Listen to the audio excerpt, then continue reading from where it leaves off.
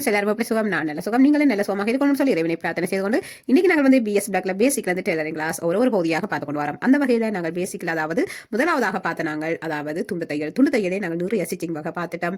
அந்த ஸ்டிச்சிங் வகைகள் ஒவ்வொன்றும் ஒவ்வொரு ஸ்டிச்சிங்கும் என்னென்ன பேரு அந்த ஸ்டிச்சிங் நாங்கள் வீட்டுக்கெல்லாம் பாவிப்போம்னு சொல்லி எல்லாமே நான் உங்களுக்கு சொல்லி தந்திருக்கிறேன். ரெண்டாவது பகுதியை நாங்கள் பார்ப்போமாக இருந்தால் மிஷின் பாகங்கள் அந்த மிஷினில் நாங்கள் எவ்வாறு தைப்போம், அதே நேரம் வந்து வட்டம் சதுரம் முக்கோணம் இதெல்லாம் எல்லாம் அந்த கோணங்கள் எல்லாம் நாங்கள் எப்படி தைப்போம்னு சொல்லி அதுவும் நான் உங்களுக்கு சொல்லி தந்திருக்கிறேன். இதெல்லாம் வந்து என்னுடைய பிளேலிஸ்ட்டில் நான் நசுலாக்கின்ற பிளேலிஸ்ட்டில் நீங்கள் போய் பாருங்கள், பார்த்து நீங்களும் படிங்கள். நோட்ஸ்கள் எல்லாம் நான் தந்திருக்கிறேன், நோட்ஸ்கள் எல்லாம் பார்த்து படிங்க ஃப்ரெண்ட்ஸ். மூன்றாவது பகுதி குழந்தைகளுக்குரிய ஆடைகள் நாங்கள் நிறைய பார்த்து கொண்டு வரோம். அந்த வகையில் இன்றைக்கும் குழந்தைகளுக்குரிய ஆடைகள் தான் பார்க்க போகிறோம். இன்றைக்கு வந்து அதாவது இது எனக்கு ஓர்டருக்கு வந்த ஒரு உடுப்பு தான். அதாவது பிறந்த குழந்தை 31வது நாள் அதாவது துடக்கு கழிக்கிறதுன்னு சொல்லுவார்கள், அதற்கு தைப்பிக்கிற ஒரு பாவாடை சட்டை தான். குழந்தைக்குரிய பாவாடை தான் நான் இப்போ தைச்சு காட்ட போகிறேன். அடுத்தது சட்டையை அடுத்த வீடியோவில் நான் உங்களுக்கு தைச்சு காட்டுறேன். இப்போ வந்து இந்த பாவாடை தான் பார்க்க போகிறோம். அதாவது இந்த பகுதி பாவாடையும் அடுத்த வீடியோ சட்டையமாக உங்களுக்கு நான் எடுத்து தர போகிறேன். பாருங்கள், பார்க்கலாம் இந்த பாவாடை எப்படி நாங்கள் கட்டிங் எடுக்க போகிறோம்னு சொல்லி பார்க்க போகிறோம். பாருங்கள் ஃப்ரெண்ட்ஸ், இது சாரி தான் கொண்டு தந்தவன். நான் சாரியை கட் பண்ணி வச்சிருக்கிறேன். அதை கொஞ்சம் நிறைய ப்ளீட்டாக வச்சு வடிவாக தைச்சு தர சொன்னவன். அப்போ நான் இதுக்கு வந்து அதாவது அகலத்தை பார்ப்பீங்கன்னா 31 இன்ச்சு எடுத்துருக்கிறேன். 31 இன்ச்சு எடுத்துட்டு நாங்கள் இதோட பாவாடையை கட் பண்ணணும். பாருங்கள், பார்க்கலாம்.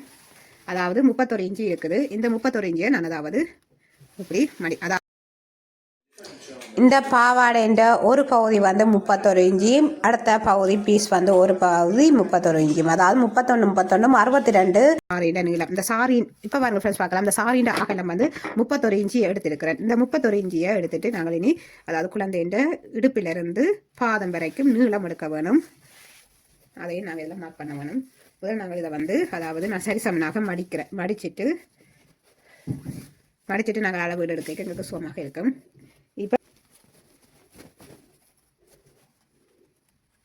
இப்போ வாங்க ஃப்ரெண்ட்ஸ், பார்க்கலாம். இப்போ நான் வந்து இதில் அதாவது மடித்து இதில் 4 பீஸ் வருகிறது. இந்த மடித்த இந்த பகுதியை எங்களை பார்த்தபடி வச்சுட்டு அதுக்கு பிறகு குழந்தைன்ற அதாவது இடுப்பிலிருந்து பாதம் வரைக்கும் உள்ள நீளத்தை பார்க்கணும். நீளம் இதில் வந்து அவங்க தான் எனக்கு எடுத்து அளவீடெல்லாம் தந்தவங்க. நான் சொல்ல அவங்க எடுத்து தந்தவங்க.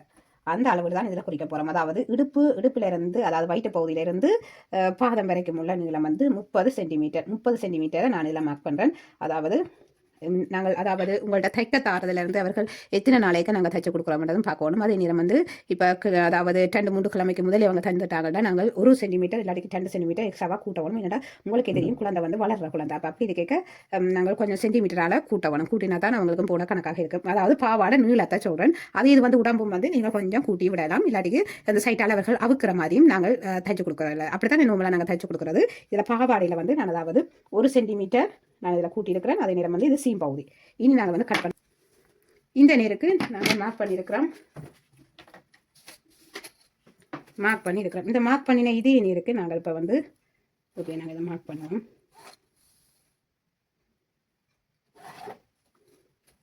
இனி நாங்கள் வந்து கட் பண்ண வேணும்.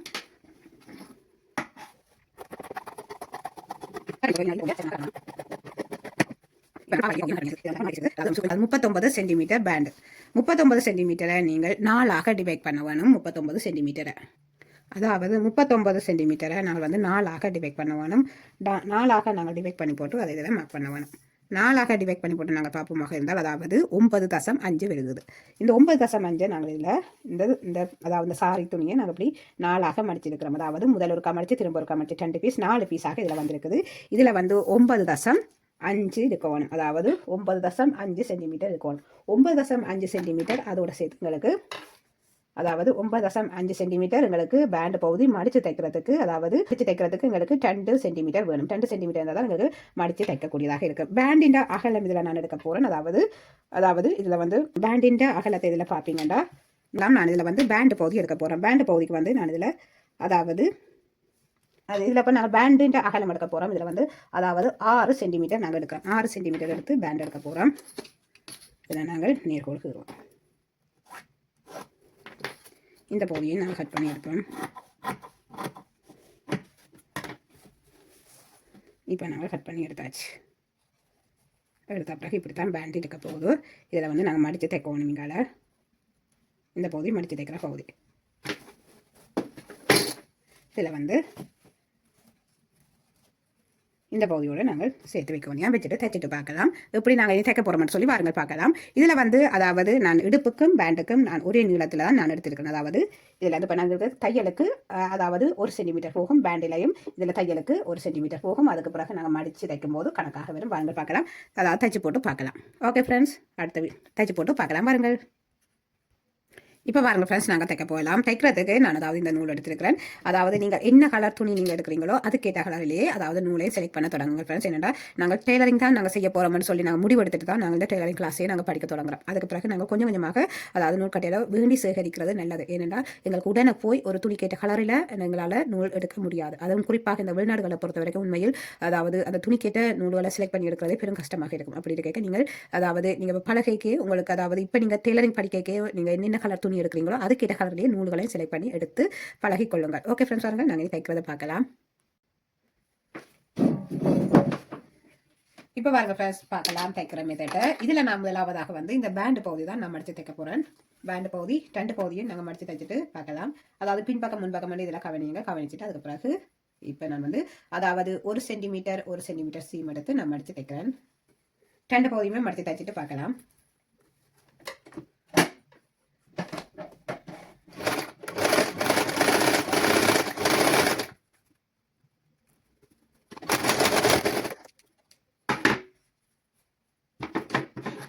இந்த தேவையில்லாத நூல்களை நீங்கள் இதில் கட் பண்ணி விடுங்க. இப்போ நான் வந்து இதுதான் பேண்டாக வரப்போகுது. அதாவது குழந்தைன்ற இடுப்புக்கு இவ்வளவுதான் இடுப்பு வரப்போகுது. இப்போ நாங்கள் வந்து இந்த பகுதியை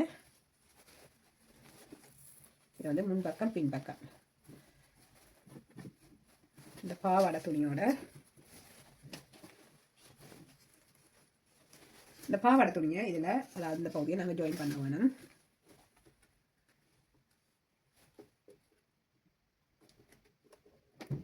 சரி சமனாக வச்சுட்டு நாங்கள் அதாவது இதில் நான் வந்து 1 சென்டிமீட்டர் சீம் பகுதி எடுத்து தைக்க போகிறேன்.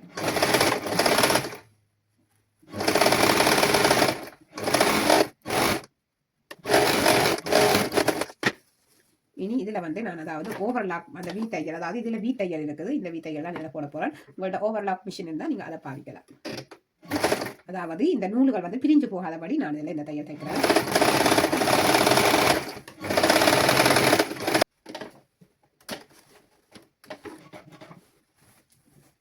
இல்லாட்டிக்கு நாங்கள் இதில் இப்போ நீங்கள் தைச்சு கொண்டு இருக்க இந்த நூல் தெரியும். அதாவது நீங்கள் இப்போ வேறு கலர் நூல் போடுறதால இந்த ப்ளவுக்கு மேலே நூல் தெரியும்ன்றதால நான் இப்போ தைக்க போகிறதில்லை. இதுக்கு மேலே நாங்கள் அதாவது இதுக்கு மேலே தைக்காமல் இது வந்து ப்ளீட்டுக்குள்ளே போகிற மாதிரி இப்படி எடுக்க வேணும். ஓகே, வாருங்க நாங்கள் இன்னும் ப்ளீட் எடுக்கிற பகுதியை பார்க்கலாம். இப்போ நாங்கள் வந்து அதாவது இந்த முன்பகுதியை நாங்கள் இப்படி திருப்பி எடுத்துட்டு இதில் வந்து அதாவது 1 இன்ச்சு பகுதி நான் முன்னுக்காக விட போகிறேன். அதாவது இந்த பேண்டு பகுதி ஜாயின் பண்ணது முதல் இதில் வந்து 1 இன்ச்சு பகுதி நான் முன்னுக்காக விட்டுட்டு அதுக்கு பிறகுதான் நாங்கள் இந்த பேண்ட் பகுதியை ஜாயின் பண்ணணும். இதில் அதாவது 1 சென்டிமீட்டர் சீம் எடுத்து நாங்கள் சுற்றி வர தைச்சு கொண்டு போகணும். இது வந்து அதாவது இந்த ஓப்பன் பகுதி சின்னதாக நாங்கள் இதில் ஓப்பன் பண்ண போகிறோம். ஓப்பன் விட்டுட்டு நாங்கள் மடித்து தைக்கணும். அப்போ அதுக்காண்டி இதில் அதாவது அதுக்காண்டி நான் இதில் 1 இன்ச்சு விட்டு இருக்கிறேன். 1 இன்ச்சு விட்ட பிறகுதான் நான் இதில் இந்த பேண்ட் பகுதியை இதில் வச்சுட்டு நாங்கள் அதாவது ப்ளீட் எடுத்து தைச்சு கொண்டு போகணும். பாருங்கள் பார்க்கலாம். இதில் வந்து நான் இதில் நோட் போட்டுட்டு நாங்கள் கொஞ்சம் முன்னுக்காக தைச்சு போட்டு அதுக்கு பிறகு இந்த பேண்ட் பகுதியை இப்படி இங்கே திருப்பி விட்டுட்டு அதுக்கு பிறகு நீங்கள் அதாவது ப்ளீட் உங்களுக்கு இவ்வளோ தேவைன்னு சொல்லி நீங்கள் அதை பாருங்கள். அதாவது 1 இன்ச்சு வேணுமா 1.5 இன்ச்சு வேணுமா அந்த ப்ளீட் வேணும்னு சொல்லி நீங்கள் அதை பார்த்துட்டு அதுக்கு பிறகு நீங்கள் இதெல்லாம் ப்ளீட் எடுக்க தொடங்க வேணும். இந்த ப்ளீட் எடுக்க நீங்கள் கவனிக்கணும். அதாவது கீழுக்கு நீங்கள் இவ்வளவு அதாவது உங்களுக்கு தள்ளி விடலாம். அதே நேரம் வந்து இந்த மேல் பகுதியை விட வர இந்த ப்ளீட் வந்து ஒரே அளவிலேயே இருக்கணும். அதாவது நீங்கள் 1 இன்ச்சு எடுக்கிறீங்கன்னா 1 இன்ச்சு இருக்கணும். 10 அதாவது 10 இன்ச்சுனா 10 இன்ச்சு எவ்வளவு இருக்கோ அது மேலுக்கு மாறாமல் வரும். கீழுக்கு நீங்கள் எவ்வளவு துணியையும் நீங்கள் உள்ளுக்கு இப்படியே உள்ளுக்காக தள்ளி விட்டுக்கொண்டு போகலாம். பாருங்கள் பார்க்கலாம்.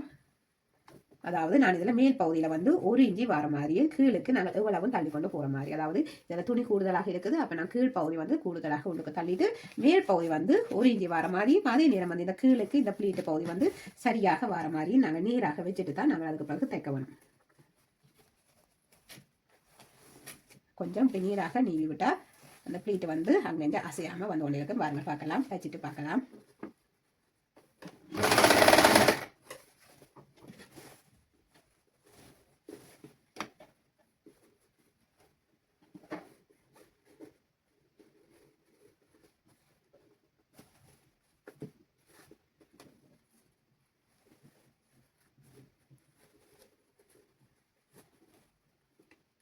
அதாவது இந்த மேல் பகுதி 1 இன்ச்சு வர மாதிரி சரியாக நாங்கள் பார்த்து கொண்டு வர வேணும்.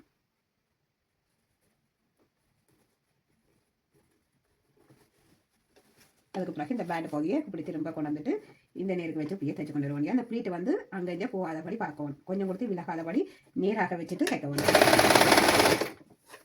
இது வந்து மிகவும் ஈஸியான மெத்தட் ஃப்ரெண்ட்ஸ். அதாவது எங்களுக்கு பேண்டும் தைச்சதாகுது, அதே நேரம் வந்து இந்த ப்ளீட்டும் எடுத்து முடிஞ்சதாகுது. சில பேர் வந்து ப்ளீட்டை முதல் எடுத்துட்டு திரும்ப பேண்டை ஜாயின் பண்ணுவாங்க. அதே நேரம் வந்து இது வந்து மிகவும் ஈஸியாக நீங்கள் தைச்சு முடிக்கலாம்.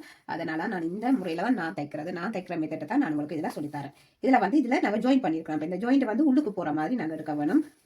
இதில் பாருங்க, இந்த ஜாயிண்ட் ஆக்கின இந்த இடம் வந்து இப்படி உள்ளுக்கு போகிற மாதிரி நான் எடுக்கிறேன்.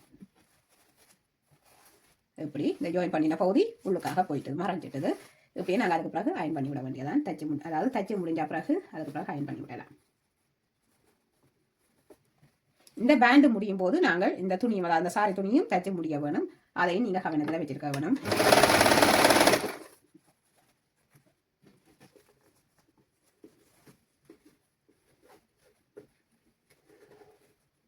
சுற்றி வர நாங்கள் தைச்சிட்டு பார்க்கலாம்.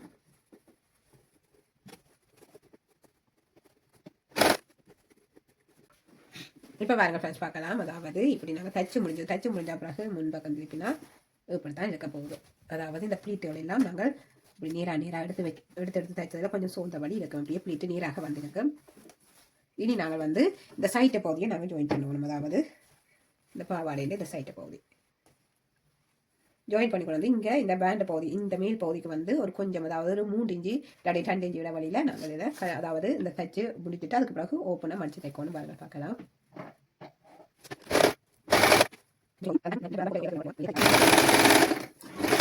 இதில் வந்து ஒரு 2 இன்ச்சு இடைவெளியில் நான் இடைவெளி விட்டுட்டு அதுக்கு பிறகு இதில் நோட் போடுறேன். நோட் போட்டுட்டு அதுக்கு பிறகு இதில் சின்னதாக ஒரு ஓப்பன் விட்டு நாங்கள் தைக்க வேணும். இந்த ஓப்பன் பகுதிக்கு, அதாவது இதில் இருக்கிற இந்த நூல்கள் எல்லாத்தையும் கட் பண்ணி விடுங்கள். ஏன்னா எங்களுக்கு கொஞ்சம், அதாவது நாங்கள் பேண்ட் பகுதி தைக்க கொஞ்சம் கஷ்டமாக இருக்கும். இதில் வந்து இந்த ஓப்பன் பகுதிக்கு இஞ்சி விட்டு நாங்கள் இந்த 1 இன்ச்சு விட்ட பகுதியில், அதாவது 1 சென்டிமீட்டர் மடித்து இப்படி நாங்கள் தைக்கணும். பாருங்கள், உங்களுக்கு நான் ஏற்கனவே பேசிக் டெய்லரிங் கிளாஸில் இந்த ஓப்பன் பகுதியில் தைக்கிற மெத்தட் சொல்லி தந்தேன். அதே மெத்தட் தான் இதில் நாங்கள் தைக்க போகிறோம். தைச்சிட்டு பார்க்கலாம்.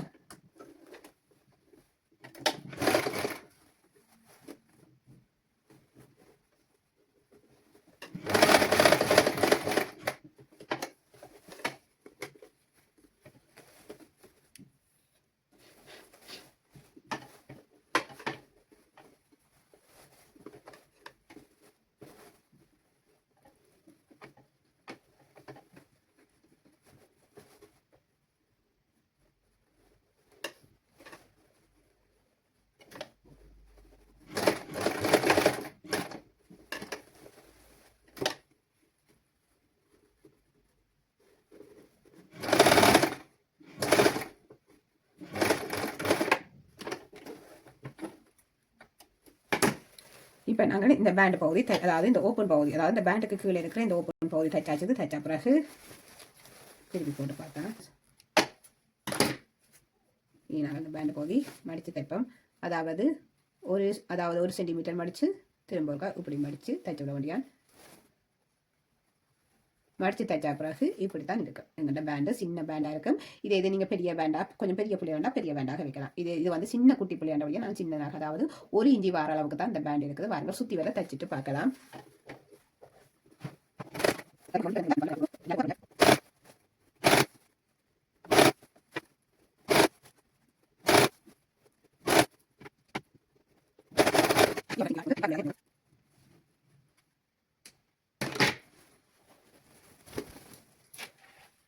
சின்ன ஒரு குட்டி பாவாடை ரெடி.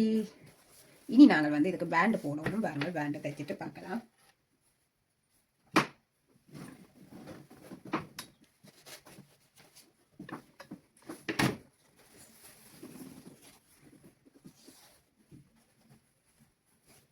நார்மலாக நாங்கள் இதில் வந்து இப்போ குழந்தை ஆண்டபடியாக நாங்கள் பேபி லாஸ்டிக் தான் போட போகிறோம். அதே நேரம் வந்து இதில் சும்மா அந்த டசில் மாதிரி கட்டுற மாதிரி நாங்கள் இப்போ பாருங்கள் ஃப்ரெண்ட்ஸ், தைச்சாச்சது நாங்கள் இந்த ஸ்கர்ட்டு.